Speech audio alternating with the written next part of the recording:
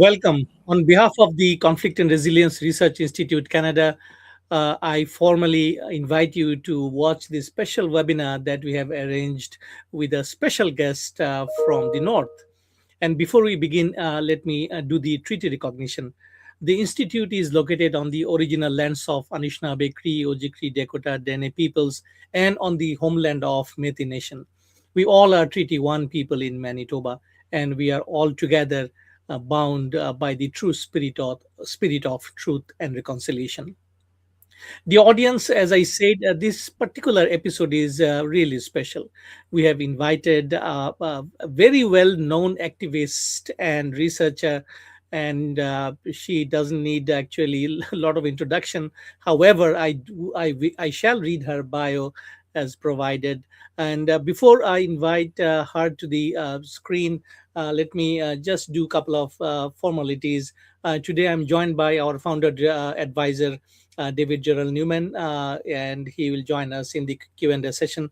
And I'm also assisted by our research assistant, Sadman Sakib, who will help me to screen a very short clip of the documentary that we aimed at presenting on 31st March in our first international seminar to be held in Canadian Museum for Human Rights. The audience, you might be aware that we are implementing a project funded by Department of National Defense under the Mobilizing Insight for Defense and Security program, in short, MINDS. Our project is titled Indigenous-led Arctic Sovereignty within the Changing Climate and U.S. Strategic Posturing. So, what we have aimed to do in this project is to bring the concept of indigenous sovereignty and tied up with the changing climate situation and national security in the north.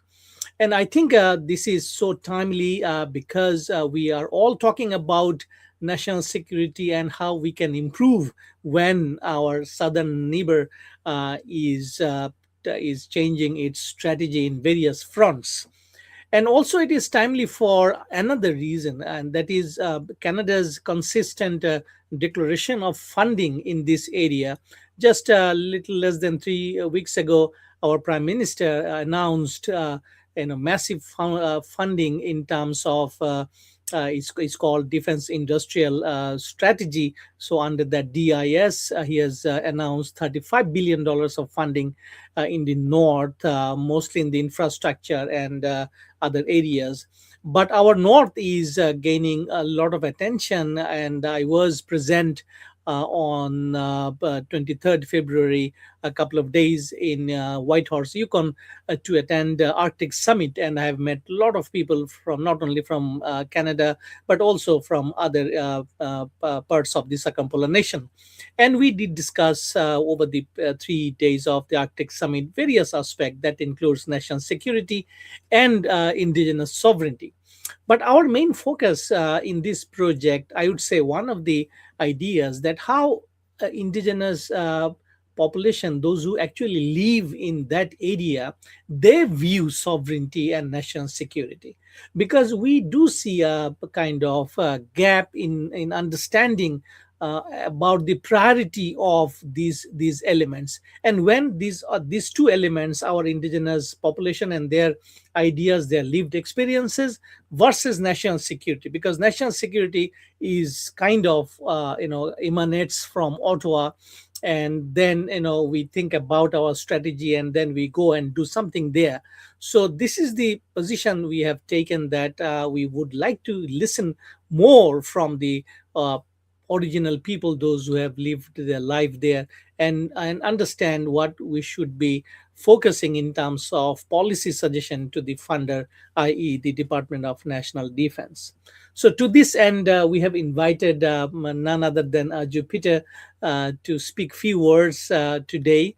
And the way I would like to moderate this session is, after we introduce Jupiter, we'll watch very brief, the points of our documentary called Twice Colonized. And actually, we are going to screen it in the on the 31st session as well. And after we witness the documentary, and then we will engage with Jupiter and listen from her intently what she has seen in her life of very long, illustrious, I would say, time in terms of advancing the rights in that part of the world. So, without further ado, dear audience, let me give you a brief idea about Jupiter's work. She was born in Arkiserniak, a northern Greenland community in 1960, and she lived up and down the west coast of her native country as a result of her father's teaching and preaching career. At age 11, Aju left Greenland to attend school in Denmark, where she learned to speak Danish and read German, English, French, and Latin. At age 18, she returned home to Greenland. In 1981, she moved to Iqaluit in Nunavut, Canada, where she has taken up residence ever since. In Iqaluit, Aju learned Inuktitut and English, which has helped her succeed in her work as an interpreter, and she has done volunteer work with various women's and interpretive organizations. Her interests led her to the Arctic College, where she took Inuit studies, and she has traveled in Greenland, Europe, and Canada performing lamp lighting ceremonies, traditional Inuit songs, displaying sealskin fashions. Currently, has a home-based sealskin garment business, translates, collects traditional law from elders, raised her five children, drove a dump truck to build the breakwater in Iqaluit, has worked as a cultural guide in the tourism industry, sailing to most communities in Greenland and Arctic Canada. Aju is a graduate of the CRRIC Law School 2005 and was called to the bar in 2007. In recent years, Aju has been involved with documentaries such as Angry Inuk, Tunit, Retracting the Lines of Inuit Tattoos, The Arctic Defenders, and most recently, Twice Colonized. These days, Aju is advocating for Inuit rights to seal and sealskin products, as well as the Inuit right to be involved in issues related to Arctic waters. Aju received the Order of Canada on December 30th, 2011. Today, Aju is again a student where she is attending the teaching Inuktitut language at the Piruvik Center. Welcome, Aju Peter, to the show. How are you doing today, ma'am? Thank you. Thank you for inviting me. I'm doing very well. Thank you. And on behalf of the Institute, once again, let me express our deep gratitude to make some time to speak with us and also allowing us to showcase your latest documentary called Twice Colonized. Aju, with your permission, let me screen a couple of minutes for our audience in general, and then we'll invite you to share your experience and what are diverse things I read out from your bio you do, and especially I'll be very interested to learn what is your experience driving the dump truck. If you share with us while you talk to us. So Okay. the audience. So let's go to the screening of the documentary, and I think our research assistant is ready. So here it is.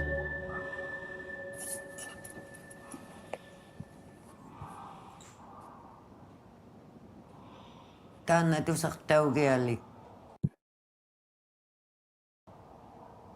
tamaaniinginnarniartukut inuiyugut suli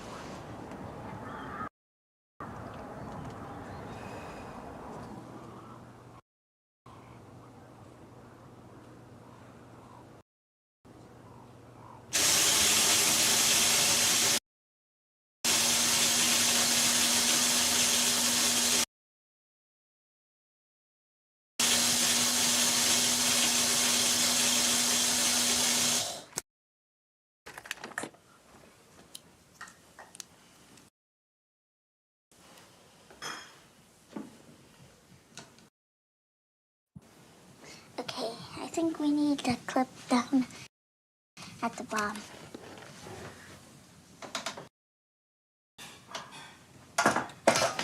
Ow! Get caught on me.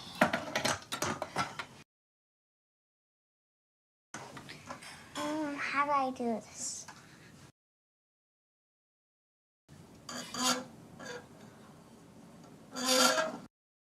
How is it going? What do you need? We need something to hang that up.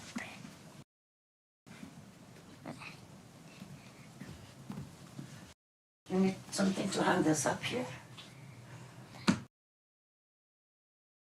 No.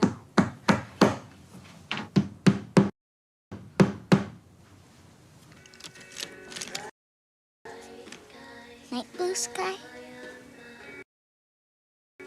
Or normal sky, like sky?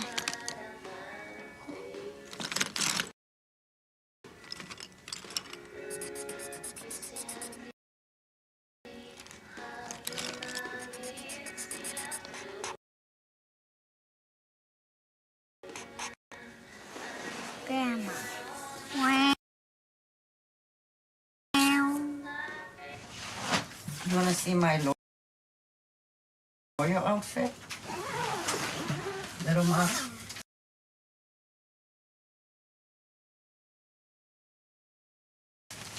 I do.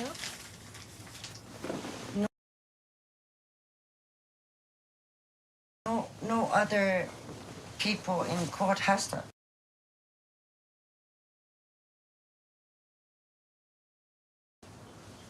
Only I have the sealskin because I believe and fight for sealskin.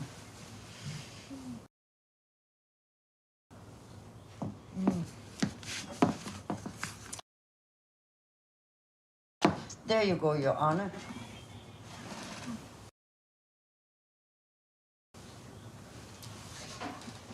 What do you as a lawyer?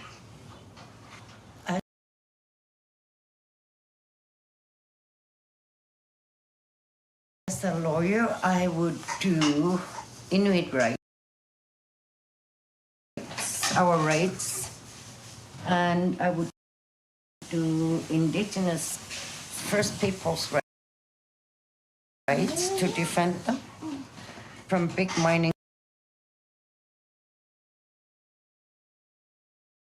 companies, to protect our land.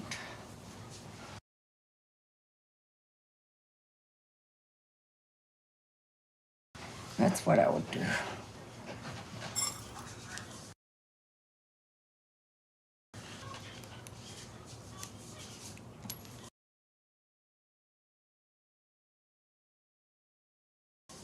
Oops.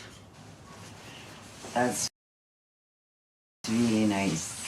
Yeah. Maybe you can inherit it when you become a lawyer. It's gonna look nice. Ino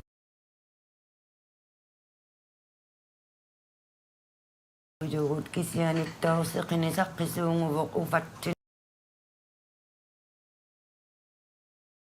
nun ilaw kaya kang medyo sa kinang ni Yeah. ila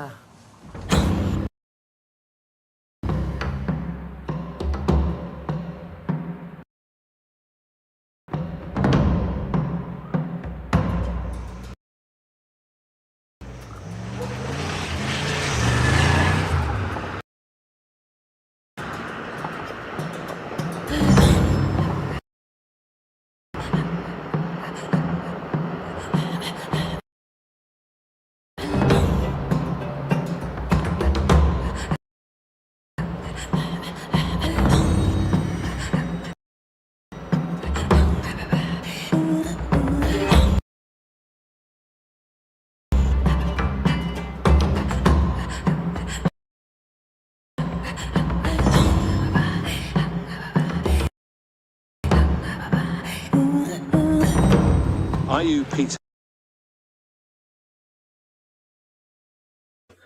Thank you so much, Aju. We just saw a little bit of, I would say, snippet of your very educated uh, film, and I hope our audience would learn more by watching on 31st. So, Aju, I'll first start our discussion today. Why don't you share some of your life experience living, I mean, from Greenland to Canada, and what really motivated you to undertake, as a career, as a lawyer, and then as an activist. Just share with our audience today your life story as much as you can. Thank you. Thank you. I was born in Greenland, and then when I was 11, I was sent off to school in Europe. And I learned all those languages, but I didn't learn my own language, so I forgot my own language. So when I went back to Greenland when I was 18 years old, I could not communicate with my mother because she didn't speak any of the languages except for Greenlandic, and I didn't speak Greenlandic. So I think that's where that my sense of correcting an injustice started. I mean, I didn't choose not to learn my own language. I thought uh, it was wrong to teach me all those other languages and not include my own language and my own culture. And when I moved to the Arctic Canada, and I saw how the animal rights groups were banning the sealing, how we didn't have access to learn our own language. So we started interviewing elders, and then eventually now I work using the Inuit language to teach other Inuit and non-Inuit the language. So that's a short version.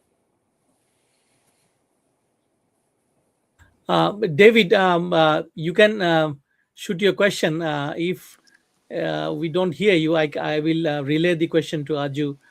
David, go ahead.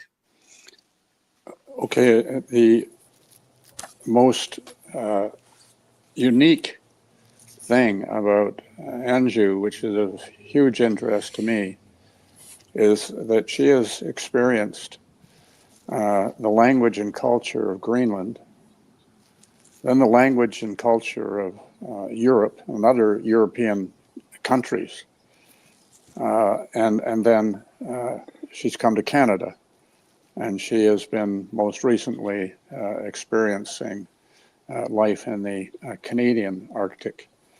And the thing that has been a really considerable interest to me with this project is the essential importance of having an understanding between the sovereign states that occupy the circumpolar regions and are represented in the Arctic Council. And of greatest interest to me is how the indigenous peoples from all of those sovereign countries, including Russia and the United States, through Alaska and the Russian North, how they can, through their colonization experience, in Anju's case, now experienced really in 3 different countries, right? And how the indigenous peoples can help the sovereign nations of the North appreciate, understand, and practice human security and ecological security in our North, which is the only sustainable way of preserving the human race and having an adequately harmonious relationship with nature. And so my own perspective about defense isn't weapons. It is empowered people who have a relationship with each other and with nature, which is more the indigenous kind, based on their values and philosophy, than the European, the Western world kind. So I'd be very interested in her comments, if you can summarize what I've just said about that. Okay, Aju, have you heard David's question or no? No. Okay. I didn't Let hear. me. Okay. Okay. So, folks, a little bit of technical glitch we are experiencing. So, I'm going to summarize David's comments for Aju's response. Aju, David is wondering. You have lived in Greenland and many of the European nations, those who were basically colonizers, colonized the North. And David is trying to understand your experience of culture, language, and how people from your community coped up with the colonial experiences. So we'll hear from you the first part, and then I will explain another two things that David wishes to know. So why don't you kindly share this idea of colonial experiences impacting language and culture? When I was born, we were already a colony. We had already been colonized by the Danes, and I was just growing up. I didn't know the story behind it, so my father was a teacher, so education was very important to him, and we were made to believe that you have to learn Danish, you have to have a good grade, and you will get a great job when you grow up. So I only got Greenlandic instruction first year, and then the rest of the years were only in Danish. So we were sent off to school, and when you're a child, you believe the world that you live in. You try to do the best that you can in learning as much as you can. But then I realized I don't look nothing like these people, and where is my own food? Where's my own country food? Like at age 16 to 18, I started questioning where all this was coming from. And eventually at age 18, I went back to Greenland because I had lost that connection. How come it's only one culture and only one language that we should all be following without questioning it? And in law school, I realized that I was so colonized. Everything I believed in and every thought that I had was all imposed from an outside world, because all our books and everything that we are learning and all our instructors, they're from a different culture, they're from a different belief system. And although we did have our own elder who was teaching us our own traditions. So it has helped me a lot to try to learn more from our culture and our language, from our elders.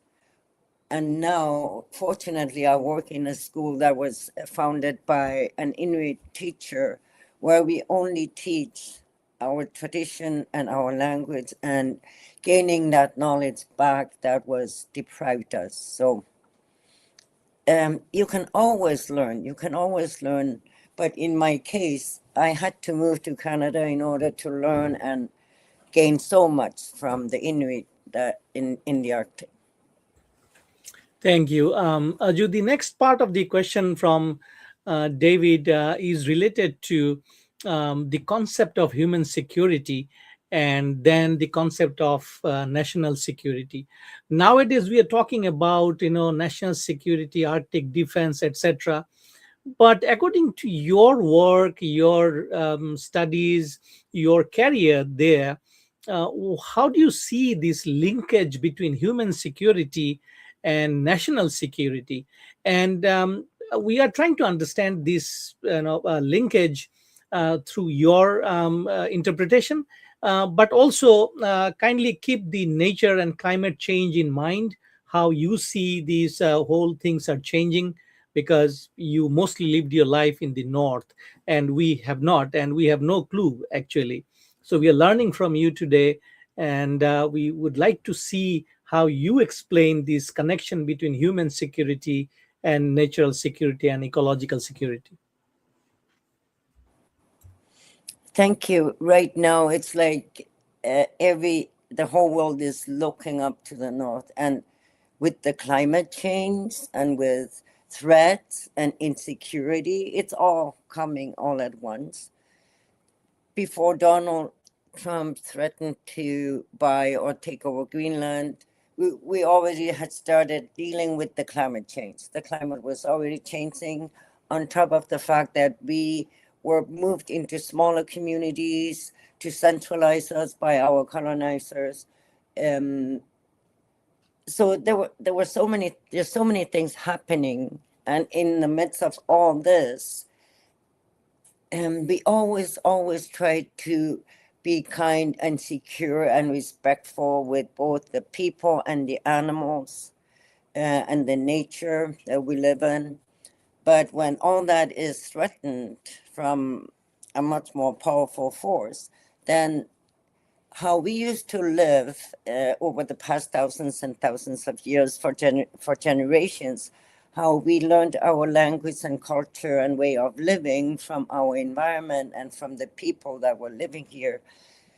Now that has all changed, because somebody else came and imposed their own system and imposed their own way of living on us. So we had to become bicultural and bilingual. Now, on top of all that, we have to try to understand how the world works.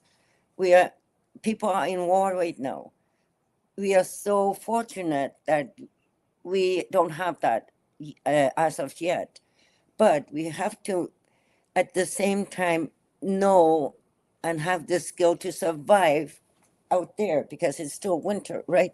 In case electricity is cut off, that's our new reality. In case gas gets cut off, in case we get cut off from the rest of the world, we still need to be able to practice those thousands and thousands of year practices that were handed down to us from our ancestors.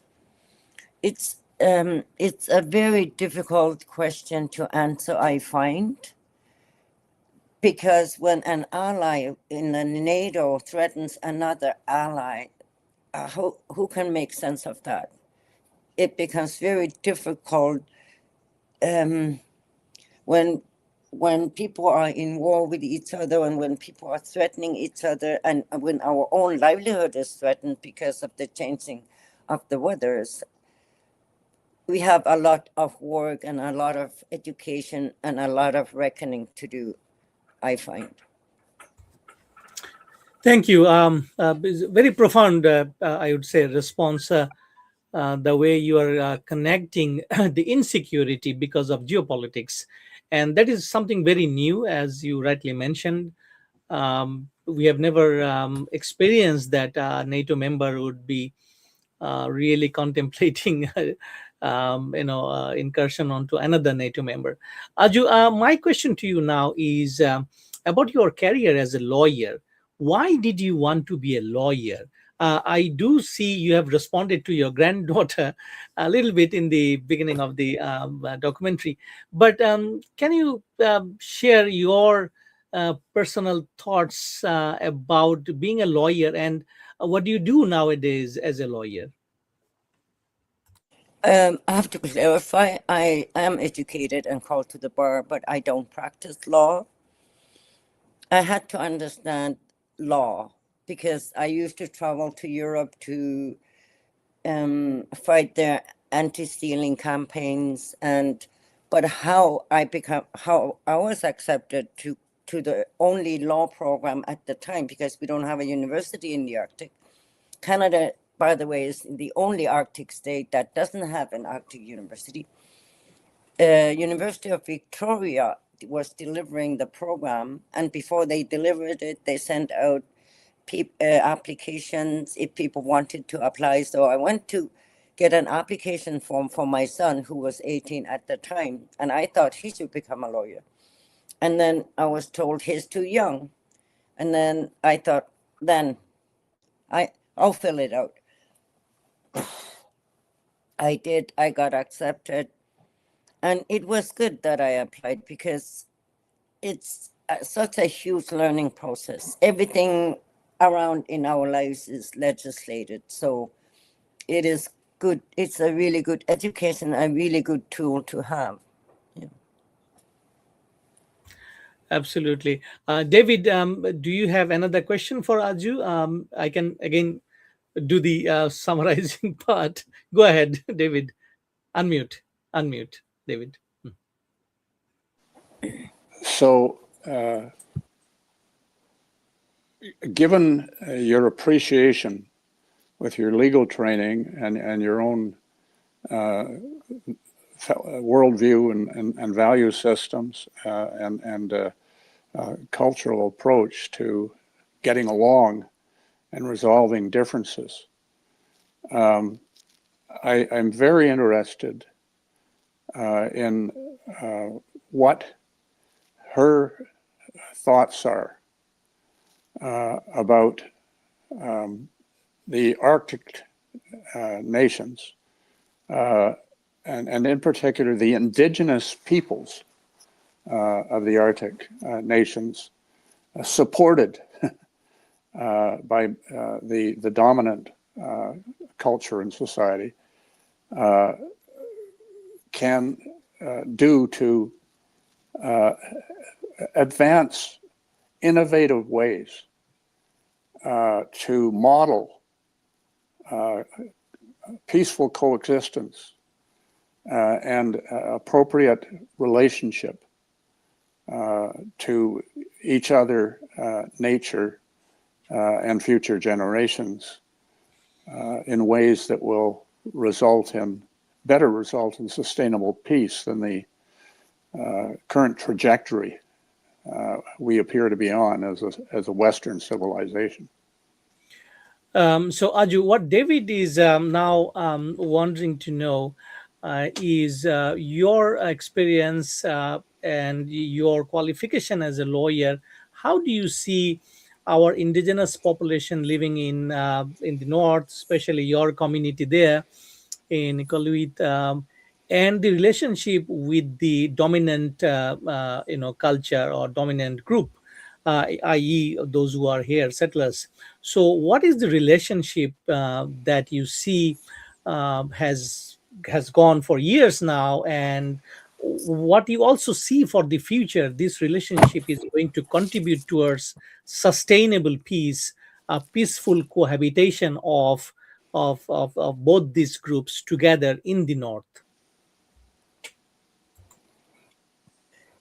We are always aiming for that, exactly that. We are always aiming for a peaceful resolution and talking to each other with diplomacy and respect. We live in the same country.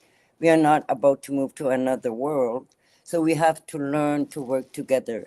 And I think we are very lucky that Inuit are very patient and always willing to communicate and talk. And Canada is also willing to listen and talk.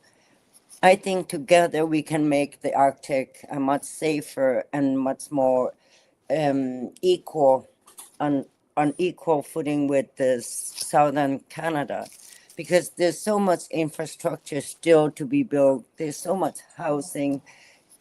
We make 20% of the Canadian landmass, so you can see the distances are huge. I can't just drive to another community. I have to fly or take a snow machine to the nearest community if I had one. The enormous price differences, the cost of living, the healthcare system, the education system, I mean, you name it.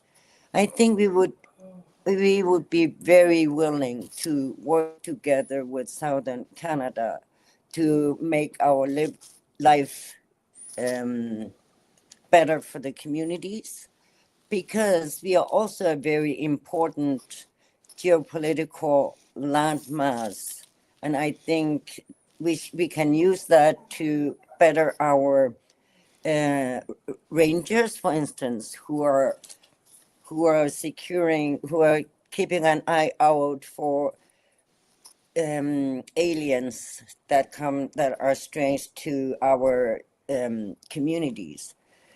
There needs to be a lot more support for the people who live here, because Canada is claiming sovereignty over this huge area. So a lot of opportunity to work together. Aju, I also think because I had a very, very short exposure to only Yukon, Whitehorse area last month. And this is my only experience having seen the landscape and having met some of the elders, those who, sit in the board of Northern Council of Global Cooperation.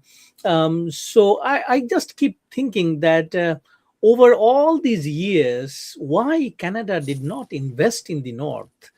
I mean, you are absolutely right. The road infrastructure, school, education, and I only see that Yukon has only one university that too it was a community college converted only last year. Education, there is hardly anything up there. Then you have food prices, the accommodation, and other things. So can you just shed some light why we fail to invest in the North? That's a question maybe the politicians would be better suited to answer, and that we don't have enough representation. For instance, why don't we have one Inuit, Métis, and First Nation judges, Supreme Court judges, for instance? Why don't we have more representation where decisions are being made like 3,000 kilometers away on people don't see our life. It's all ice and snow right now. You can't grow anything here. Everything is so expensive. So why don't we expose? Why don't we hold the parliamentary sessions sometimes up here so that all the decision makers can see how we live and the reality that we live in? But I think it also has a lot to do with the way of being. Our traditionally, we wouldn't be going to war or talk very loud and just be out of mind. We are very quiet people traditionally, and when we talk and when we request something, we expect that other person to hear what we are saying and to listen. Not that we have to keep knocking on the doors and keep saying the same thing over and over. Saying something once should be enough for us to have a real communication and hear each other and work with each other. Why more funding and more infrastructure has not been allocated, I don't know. Maybe the king needs to come up here, because when the Queen of England was coming here, suddenly they paved the road here, and it looked nicer here. So maybe we should invite the King of England to come so that we can have an opening of a university or something. I think brilliant suggestions. Two, I think I would also expand on Aju's discussion here for the audience. One is why not we invite King to come here in the north and inaugurate an university per se, and also why not Parliament session, House of Commons has a session in the north so that people can see the landscape and the difficulties, the terrain itself, and the climate situation. These are two brilliant suggestions through our platform. We are sharing with the audience and possibly some of the policymakers if they are interested to listen. David, last round of question I'm taking from you. Go ahead. If you have some other queries in your mind, you Okay. can shoot now. Okay. Uh, what is the historic, existing, and future potential for a stronger, supported relationship between the indigenous peoples from the 8 Arctic countries. And maybe the first question is, what involvement has she had? And what understanding does she have about the Arctic Council? Aju, David is wondering again here is about your experience of Arctic Council, because there are 8 nations involved in this council, and since you were born in Greenland and you went to schools in Denmark and you have interacted with other circumpolar nations, what do you see these countries cooperating, collaborating together for a sustainable and peaceful future? Yeah, my main point, Kaiser, is That's a very good question, the and I would empowered support indigenous that part of very it. Yeah. much. More Arctic collaboration. Actually, I have a dream that Greenland, Arctic Canada, Alaska, and Siberia once again become one people. We are one people that were separated by 4 nation states. It was my dream today. It has been my dream for a very long time that we take back our control of our lands and have a big country. But that may happen in the future, but not in my lifetime. Definitely more cooperation with Greenland now that we have a consulate in Greenland, now that Canada is supporting Greenland also, and the NATO is supporting Greenland also. So I see a much more like cultural exchanges, student exchanges, knowledge sharing. How do you survive in the Arctic? What are the best ways to live in the Arctic, and then exchange with each other? There's a lot more room for that. Yes, with Arctic Council and with other organizations in the Arctic. And David just added, I mean, he's also, he wishes to know that this collaboration, as you said, Alaska, the Canadian part, and Siberia together, making a single community. So, the impact on the indigenous population living there, do you see how this shaping up of collaboration and cooperation of indigenous communities in the future, because these are all part of the nation states now, right? And people will claim their sovereignty and national security. Even if you advance such an idea of cosmopolitan, future, there might be some resistance from these nation states altogether, right? Yes, that's true. That's why we need to be diplomatic. We need to talk with each other, because we didn't just give up the land and said, "Here, you take it, and we'll just be watching you run the whole show." No, Greenland is calling for when nation states and politicians are talking about Greenland, then the people of Greenland have to take part. The indigenous people in Canada also have the same. If you're talking about the Arctic where we live, then we have to be part of that table. As Mr. Garney said, if you're not at the table, then you are a menu.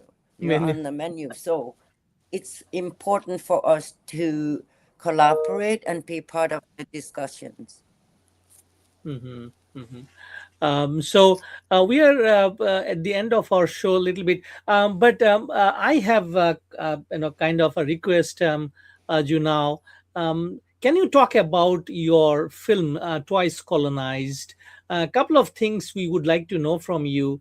What motivated you to produce and direct such a wonderful documentary, and what do you want us to learn from it? Those who are living in the South, and mind you, Aju, when I say we, the immigrants, those who have never imagined what the North looked like.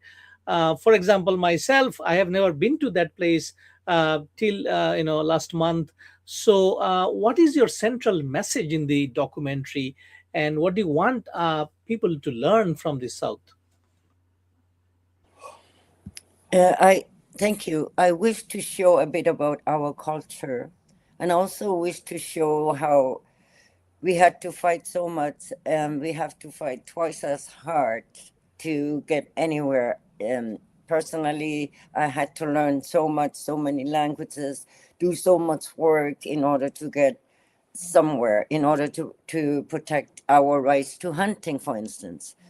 In Angry Inuk, the documentary about anti-sealing, for instance, I became really involved because it was affecting our economy, our livelihood, our ability to feed the community, the hunters' ability to feed the community. It was affecting us so much, and these ideas were coming from animal lovers who didn't give a damn about our culture, the fact that we cannot grow anything out here, the fact that the hunters have to go hunting to feed their communities because the groceries are way too expensive and they're not. I mean, you can't eat salad in -40 and stay warm. That just doesn't happen. So we have to have this food that keeps us warm and nourished. And yeah, now I lost question altogether. I No, just absolutely. get off every time it comes to outsiders from across the ocean or from the states trying to run and say, "Ooh, that's immoral." You know what happened? It was immoral to kill seals, and then now too many seals and too many other animals in Europe are being killed because they just went all over and overpopulated everywhere. But you know what's immoral now? You can kill them, but now it's immoral to make any use of the animals. You have to burn them or sink them. So to us, that's immoral. To me, that's immoral. So it depends whose eyes you're looking out from. It depends what culture you're looking out from. And that's what I fight for. That's what I defend. And I will not stop because it's hurting my people and our communities too much. Absolutely. Very powerful, I would say, comments. David, do you have any last comments for Raju? Then I shall conclude. I just wonder what message does she want to leave for us and the audience today as they start reflecting about the events on March 31st and April 1st. What would you want the Indigenous participants, but more significantly, because they need the education more, the non-Indigenous participants in this who certainly believe that the only way to security is bigger weapons and more power and wealth to dominate rather than to cooperate and collaborate in ways that are going to create sustainable, positive relationships with each other and nature. Raju, David's last comment to you is related to our event, which is upcoming on 31st of March in Winnipeg, and our second event in Ottawa, where we are expecting you to kindly consider coming in person. So, what will be your message to our audience, workshop participants, those who are coming here? And as you understand, we have a defense and national security component. So, what would you tell them in terms of this, bridging of indigenous communities, their livelihoods, their living, conditions there, versus the idea of having guns and ammunitions and systems and securitize the whole Arctic. So, what would you really tell them they should be careful about, and what would be your message? That's a good question now after the announcements of having all those rifles or guns. We do have rifles and guns ourselves, but we use them for hunting. We have to have our rifles and our guns and know how to use them because we use them to feed ourselves. That's a very difficult question. At the same time, we want a secure Arctic, yes. So, how do we secure the Arctic properly in case it gets invaded? It's, I think, a question that needs to be that needs to be talked about from the communities. I don't want to speak on behalf of my communities. It should be the communities, town hall talks and community radio, television talks where people can express how they would like to see the Arctic. We